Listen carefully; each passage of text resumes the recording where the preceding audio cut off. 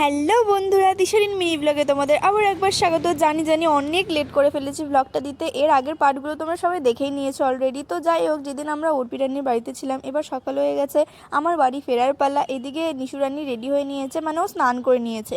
আর আমি ভাবছি যে আমি বাড়িতে গিয়েই স্নান করবো, তো আমি স্নান করে নিই। তো সকালবেলা উঠে একটু ফ্রেশ হয়ে নিয়ে আমরা বসে গেছি আবার একটু গল্প গুজব খাওয়া দাওয়া করতে।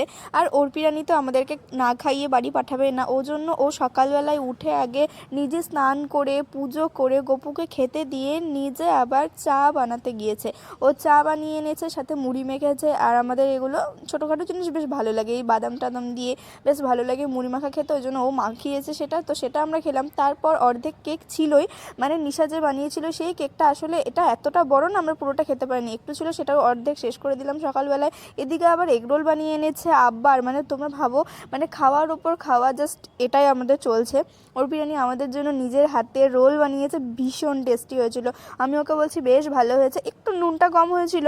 তো ও বলছে কেমন হয়েছে, মানে বেশ ভালোই হয়েছে, বাট ভাল লাগছিল, ভীষণ ভাল লাগছিল। ও এইসব রান্না টুকটাক ভীষণ ভালো পারে, যে কোনো রান্না। তো তোমরা বলো তো, তোমাদের বন্ধুত্ব কি এরকম? তোমাদেরও বন্ধুরা কি এরকম রান্না করে খাওয়ায়? তো যাই হোক, তোমাদের যদি এরকম কোনো বন্ধুত্ব থাকে তাদেরকে অবশ্যই ভিডিওটা ট্যাগ করে দিও, আর তাদের সঙ্গেও আমাদের গল্পটা শেয়ার করো। তো তোমাদের কেমন লাগছে সেটা অবশ্যই জানিও। এইবার আমি একটু ঠাকুর ঘরে চলে এসেছি।